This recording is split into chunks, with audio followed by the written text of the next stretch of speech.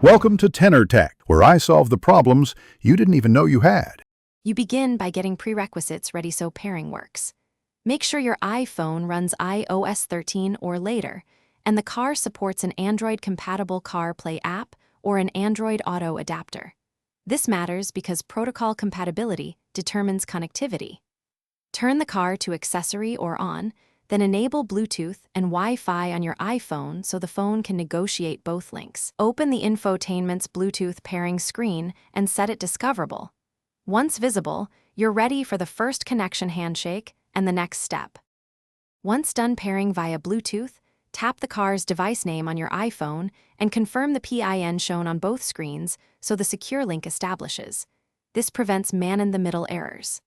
Next, install or open the car's Android-compatible CarPlay or Adapter Companion app so the phone can provide audio, navigation, and media.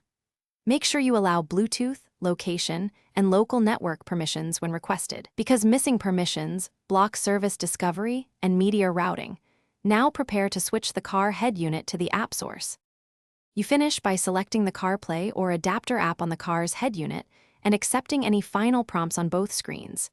This activates the full interface and routes audio and mic. Test media, phone calls, and navigation to confirm functionality. If wireless seems unstable, plug in via USB to use the wired fallback and verify it works. If problems persist, reboot your iPhone, forget and repair the car in Bluetooth settings, reinstall the companion app, or check the adapter's firmware. One of those fixes usually resolves issues. Thanks for watching. Subscribe to keep your life in tune.